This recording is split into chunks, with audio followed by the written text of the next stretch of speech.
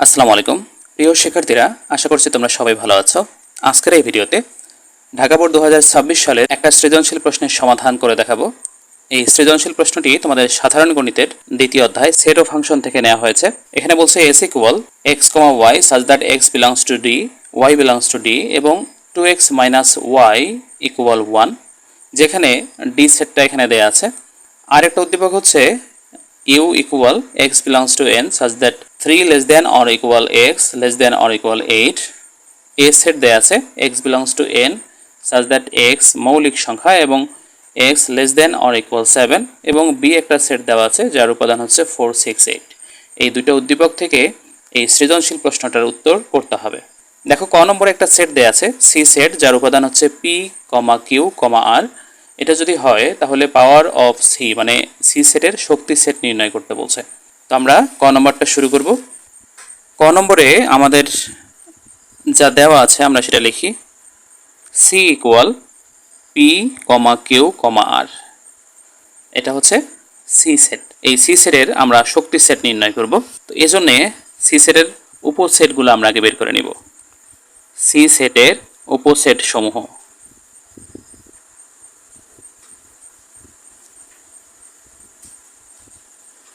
আমরা যদি উপসেট বের করি তাহলে খেয়াল করো, প্রথমে আমরা একটা করে নিব।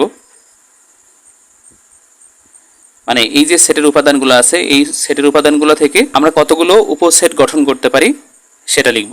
তাহলে প্রথমে আমরা একটা করে উপাদান নিয়ে উপসেট গঠন করতে পারি, এরপরে দুইটা করে, তারপরে তিনটা।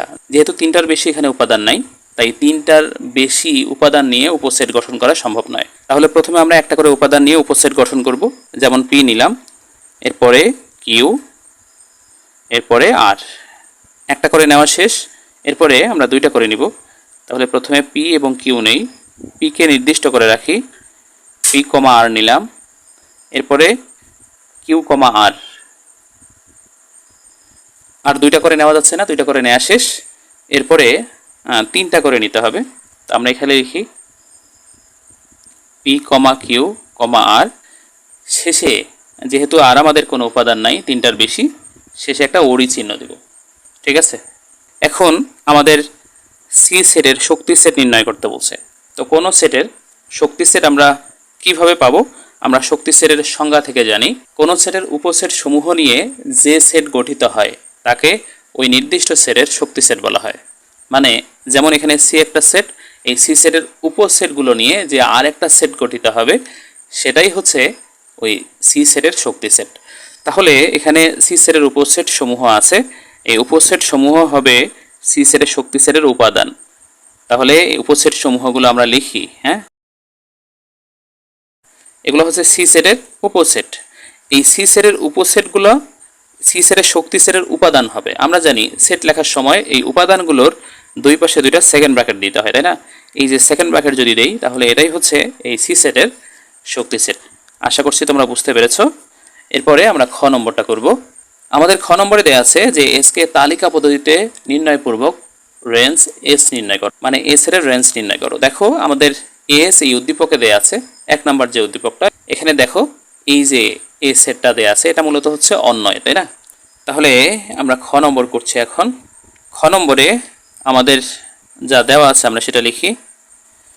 খ নম্বরে এস কিন্তু দেওয়া আছে। হ্যাঁ, এখানে দেওয়া আছে x, y such that x belongs to d, y belongs to d এবং এই উপাদানগুলো কিভাবে বের করব তার জন্য একটা সমীকরণ বা সম্পর্ক আছে। এখানে 2x minus y equal 1 এবং এখানে একটা ডি সেট দেওয়া আছে। এই ডি সেটের উপাদান হচ্ছে -3, -2, -1, 0, 1, 2। এটা হচ্ছে ডি সেট।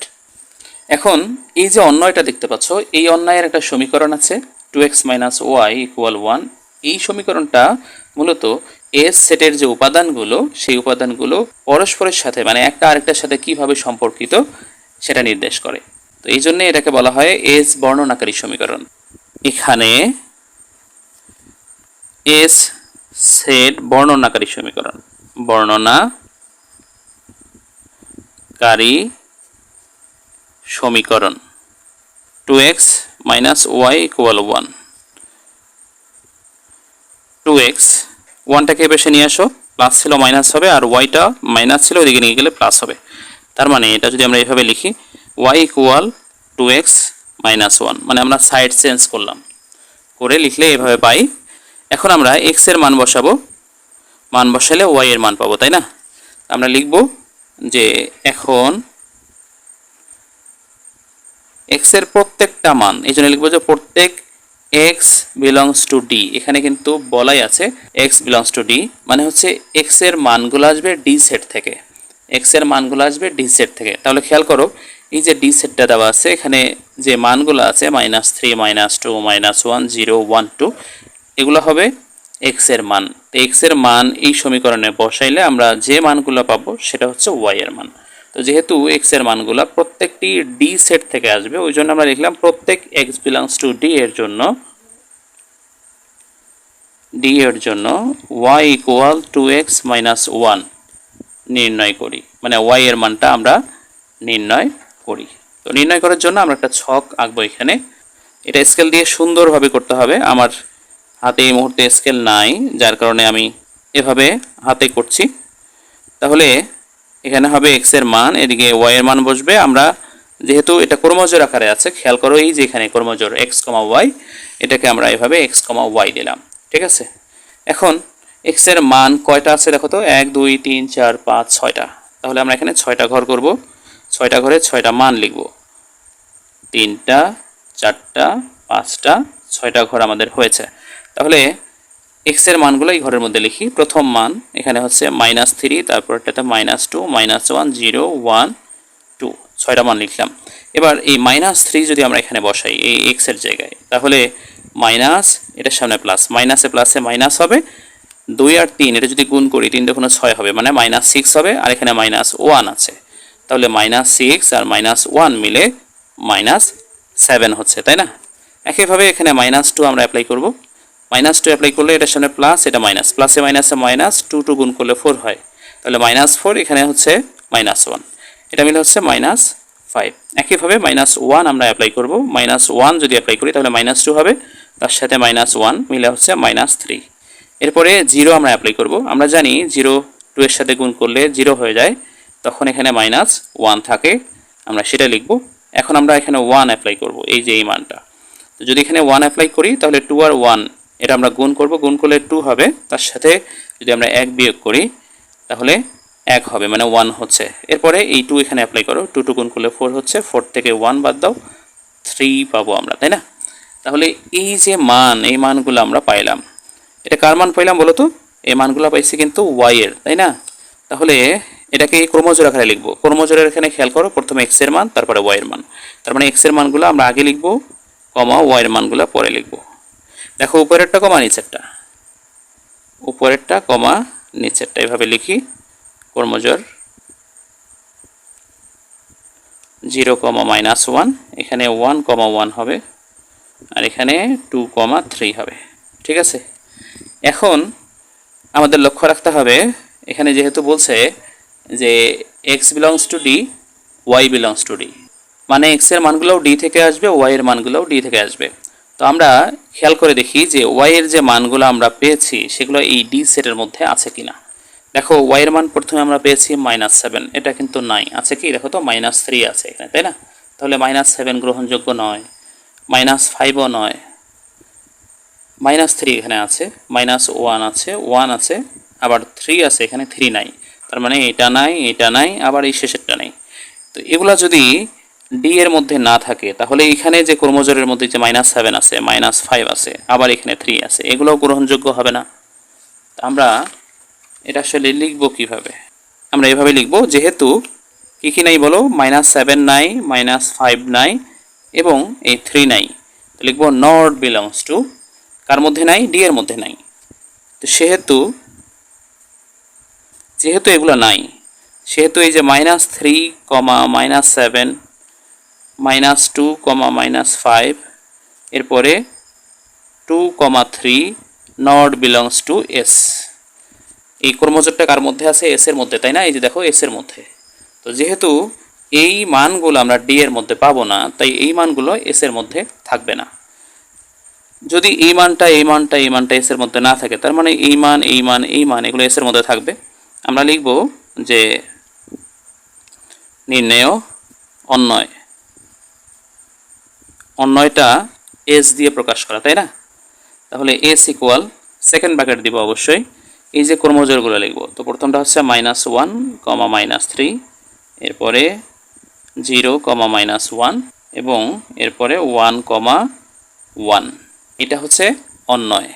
এবার এই অন্যয়টা নির্ণয় করার পরে আমাদের কি নির্ণয় করতে বলছে? রেঞ্জ নির্ণয় করতে বলছে। তো আমরা লিখব অতএব রেঞ্জ এস ইকুয়াল, আমরা জানি এই ক্রমজোড়ের প্রথম যে মানটা এটা হচ্ছে ডোমেন, আর পরের যে মানগুলো এগুলো হচ্ছে রেঞ্জ। তাহলে পরের মান এখানে আছে হলো -3, এখানে আছে হলো -1, এরপরে আছে হলো 1।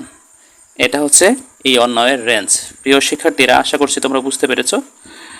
এরপরে আমরা গ নম্বর অঙ্কটা করব। দেখো আমরা ক এবং খ শেষ করলাম, এখন গ নম্বর অঙ্ক করব। এখানে দেয়া আছে যে দেখাও যে এ ইন্টারসেকশন বি পূরক ইকুয়াল এ পূরক ইউনিয়ন বি পূরক। তাহলে এখানে আমাদের সার্বিক সেট লাগবে। সার্বিক সেট এখানে দেয়া আছে, দেখো এই উদ্দীপকে ইউ, এটা হচ্ছে সার্বিক সেট। এ সেটটা আমরা এখান থেকে বের করব, বি সেটটা তো দেওয়া আছে, তাই না? তো আমরা লিখি গ নম্বরে দেওয়া আছে ইউ সার্বিক সেট দেওয়া আছে x belongs to n such that 3 less than or equal x less than or equal 8। এটার মানে হচ্ছে ইউ সেটের উপাদানগুলো হবে ন্যাচারাল নাম্বার, যেগুলো 3-এর সমান অথবা 3 থেকে বড়, 8-এর সমান অথবা 8 থেকে ছোট, তার মানে 3 থেকে 8 পর্যন্ত। তাহলে আমরা এই মানগুলো লিখি। এই মানগুলো হচ্ছে ইউ এর মান, সার্বিক সেট ইউ এর মান। এরপরে আমাদের এ সেট যেটা দেওয়া আছে সেটা লিখি। আমাদের এ সেট দেওয়া আছে x belongs to n such that x মৌলিক সংখ্যা এবং x less than or equal 7। তার মানে 7-এর সমান অথবা 7 থেকে ছোট যে মৌলিক সংখ্যাগুলো আছে সেগুলোই হবে এ সেটের উপাদান। তাহলে খেয়াল করো, 7-এর সমান অথবা 7 থেকে ছোট যে মৌলিক সংখ্যা, আমরা জানি 2, 3, 5 এবং 7 এগুলো হচ্ছে মৌলিক সংখ্যা। সেই হিসেবে এই 4টা উপাদান এ সেটের হয়। কিন্তু খেয়াল করো, ইউ যেহেতু সার্বিক সেট, আর সার্বিক সেটের মধ্যে যেহেতু এই 2টা নাই, খেয়াল করো এখানে 2 নাই, 3, 5, 7 আছে। তাহলে এই 2 বাদ দিয়ে আমরা লিখতে পারি 3, 5, 7। এটা হচ্ছে এ সেট। এবং বি সেট কিন্তু অলরেডি দেওয়া আছে। বি সেটের উপাদানগুলো দেওয়া আছে 4, 6, 8, তাই না? এখন এই যে দেখো এ ইন্টারসেকশন বি পূরক ইকুয়াল এ পূরক ইউনিয়ন বি পূরক, এইটা থেকে আমাদের এটা প্রমাণ করতে বলছে। তো এই ব্র্যাকেটের ভিতরে যেগুলো আছে সেগুলোর মান আমরা আগে বের করে নিব। তো প্রথমে আমরা এ ইন্টারসেকশন বি বের করব। তাহলে প্রথমে এ সেটের উপাদানগুলো লিখব। এ সেটের উপাদান হচ্ছে 3, 5, 7, ইন্টারসেকশন বি সেটের উপাদান 4, 6, 8। এখন এই ইন্টারসেকশন মানে হচ্ছে দুইটা সেটের মধ্যে কমন যে উপাদানগুলো সেগুলো নিব, মানে যে উপাদানগুলো শুধুমাত্র মিল সেই উপাদানগুলো নিয়েই আমরা একটা সেট গঠন করব। তো দেখো এখানে 3, এখানে 3 নাই, 5, 5 নাই, 7, 7 নাই, মানে একটা উপাদানও মিলছে না।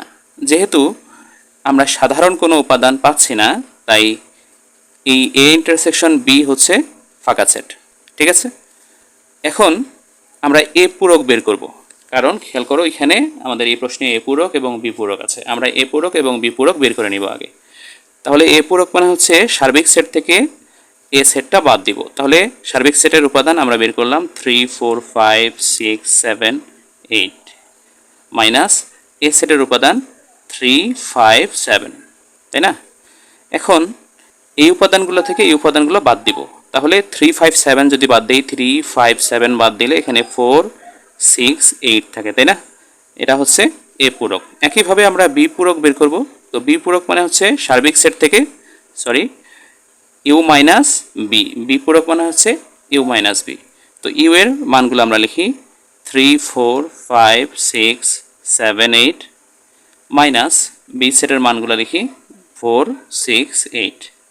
এবার এই সেটের উপাদানগুলো থেকে এই উপাদানগুলো বাদ দিব। 4, 6, 8 যদি বাদ দেই তাহলে 3, 5 এবং 7 থাকে, তাই না? এটা হচ্ছে বি পূরক। এখন আমরা এ ইন্টারসেকশন বি পূরক, এটা হচ্ছে আমাদের লেফট সাইড এবং এটা হচ্ছে রাইট সাইড। আমরা এটার একটা মান বের করব, এটার একটা মান বের করব, বের করার পরে দেখব যে দুইটা যদি সমান হয় তাহলে আমাদের প্রমাণ হয়ে যাবে। আমাদের লেফট সাইড হচ্ছে এ ইন্টারসেকশন বি পূরক, তাই না?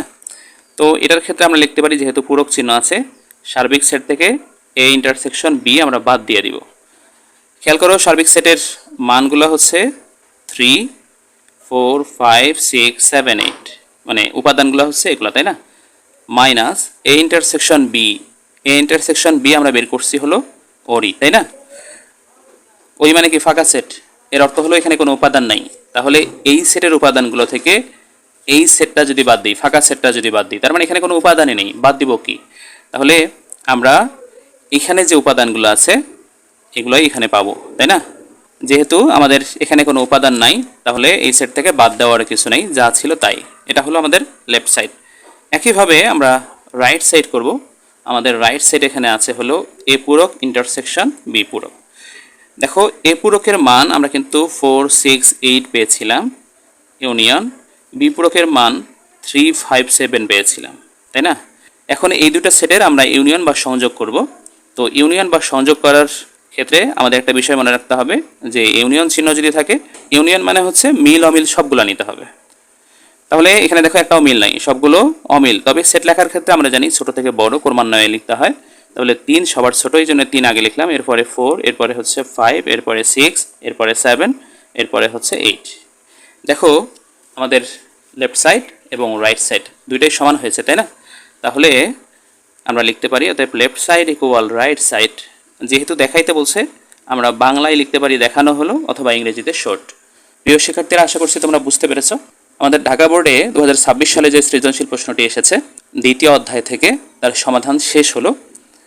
ঢাকা বোর্ড 2026 সালের আরও অন্যান্য যে প্রশ্নগুলো আছে সেগুলো তো অবশ্যই সমাধান করে দিব। পাশাপাশি আরও অন্যান্য বোর্ডগুলো আছে, এগুলো নিয়মিত সমাধান আসবে এই চ্যানেলে। তোমরা অবশ্যই চ্যানেলটি নিয়মিত দেখবা। আশা করছি তোমাদের ভালো কিছু দিতে পারবো। এবং তোমরা যদি আমার এই চ্যানেলের সাথে প্রিপারেশন নিতে থাকো, আমি কথা দিচ্ছি তোমাদের প্রিপারেশন একদম হাই লেভেলের হবে।